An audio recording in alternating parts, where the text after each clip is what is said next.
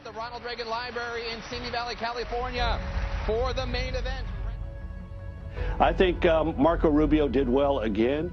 He offered sort of personal stories and warmth. He offered optimism about the country. Pundits said on substance, Senator Rubio had a huge night. And Marco Rubio, who it turns out, you know, is another one of the winners tonight, according to most. I think he was very strong. Marco Rubio getting a lot of points out there among really was quite forceful. I think he distinguished himself. You can't have a strong country without strong people. You cannot have strong people without strong values, and you cannot have strong values without strong families and the institutions in this country that defend and support those families. Well, and today we have a left-wing government under this president that is undermining all of the institutions in society that support the family and teach those values. Look around the world today. These are extraordinarily dangerous times that we live in. There is a lunatic in North Korea with dozens of nuclear weapons. The Chinese are rapidly expanding their military. A gangster in Moscow. You have radical jihadists in dozens of countries across multiple continents, and the next president of the United States better be someone that understands these issues. Really showing people that he's the better candidate on some of the big issues that they care about. Bringing strong answers and jabs on foreign policy. The number one issue that a president will ever confront, and the most important obligation that the federal government has, is to keep this nation safe. He came off giving intelligent, substantive answers. The issue was showing him strength, and he really slam dunked that question. If this thing continues, we are going to be the first Americans to leave our children worse off than ourselves. I think Marco Rubio won the debate on point. A consistently high, strong performance. You thought Rubio did a good job? Raise your hands. And I'm running for president because I know this.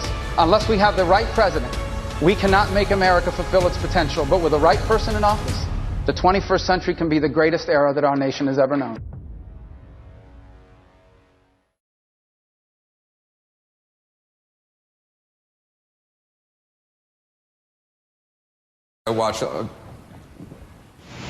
I'm Joseph. I'm from Dallas, Texas, and how you answer this question will tell us everything we need to know about you.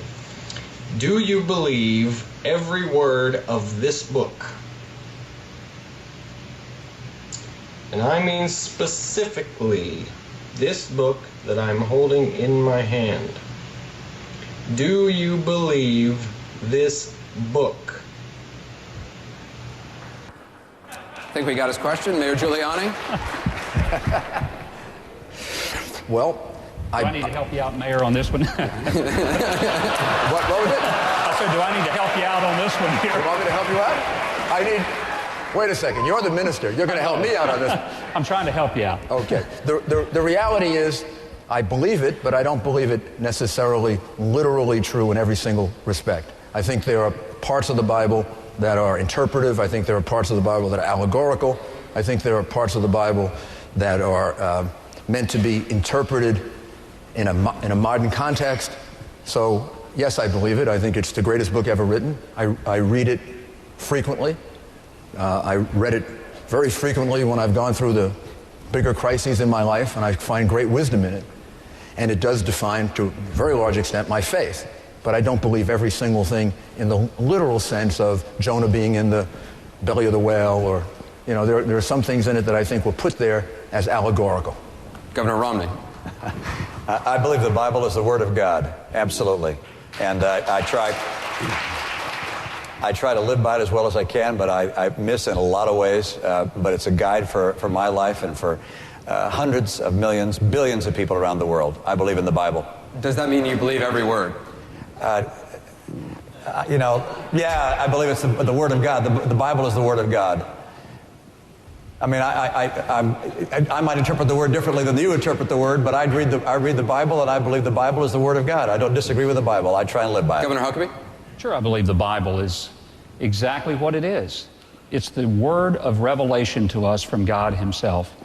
And the fact is that when people ask, do we believe all of it, you either believe it or you don't believe it. But in the greater sense, I think what the question tried to make us feel like was that, well, if you believe the part that says, go and pluck out your eye. Well, none of us believe that we ought to go pluck out our eye.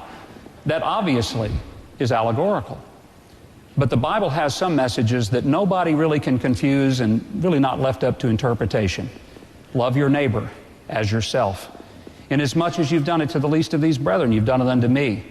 Until we get those simple, real easy things right, I'm not sure we ought to spend a whole lot of time fighting over the other parts that are a little bit complicated. And as the only person here probably on this stage with a theology degree, there are parts of it I don't fully comprehend and understand, but I'm not supposed to, because the Bible is a revelation of an infinite God, and no finite person is ever going to fully understand Him. If they do, their God is too small. Got a lot more coming up.